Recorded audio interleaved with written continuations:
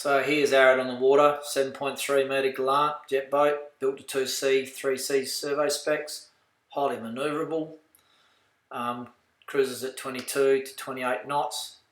It pops out hump speed at about 12 knots, so super reliable, and you can cruise slow when you're just heading home in big seas. Yeah, built to do research and diving and work in extreme ocean conditions, and drives on the trailer nice and easy.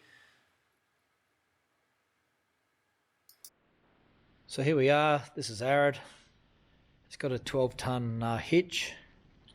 It's 3.8 ton hitch to weight. The trailer's 6 ton, triple 2-ton axles. It's made out of mild steel and painted in marine 2-pack. Simply because I tow it down a lot of bush track, so it's very heavy duty.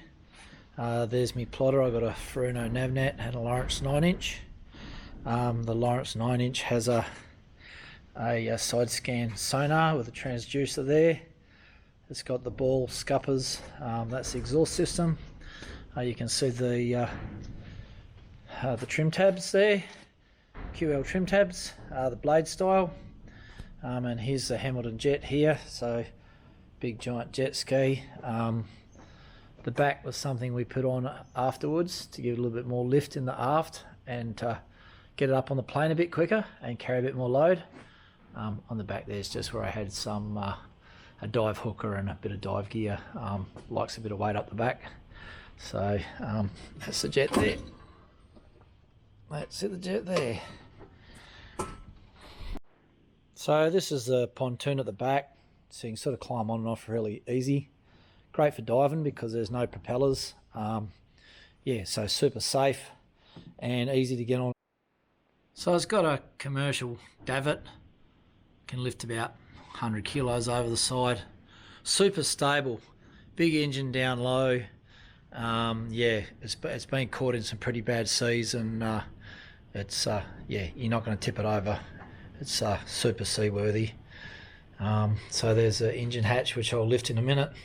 EPIRB, just the basic controls up there, very simple. Does the job, very commercial. The jet's just got 2 controls, one for bucket, one for accelerator. We've got the VMS system, which is sort of more of a commercial setup, probably don't need it. Up in the front it's a bit too dark, but so in there I've got all my safety gear, HF radios, and there's a lot of room in there. And then under the floor there's a hatch where I used to put about 150 kilos of abalone. It's probably be around about a 200 litre hatch.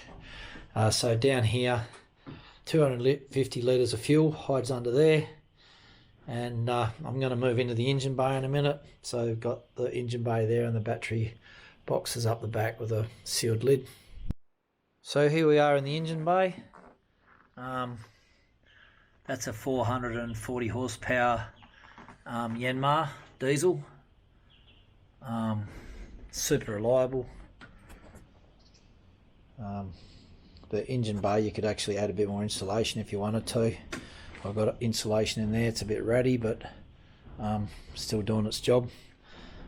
Yeah, so down the back here, it's actually been built for a gearbox, so there's quite a space, as you can see, with the tail shaft. So you can actually add a gearbox or a clutch to it, depending on what the application is. I've never bothered because it's always worked well without it. There's my jet. The inside, so it's a hydraulic bucket ram. Nothing to it, very simple, very reliable. And that's about it. Let's have a look at the other side.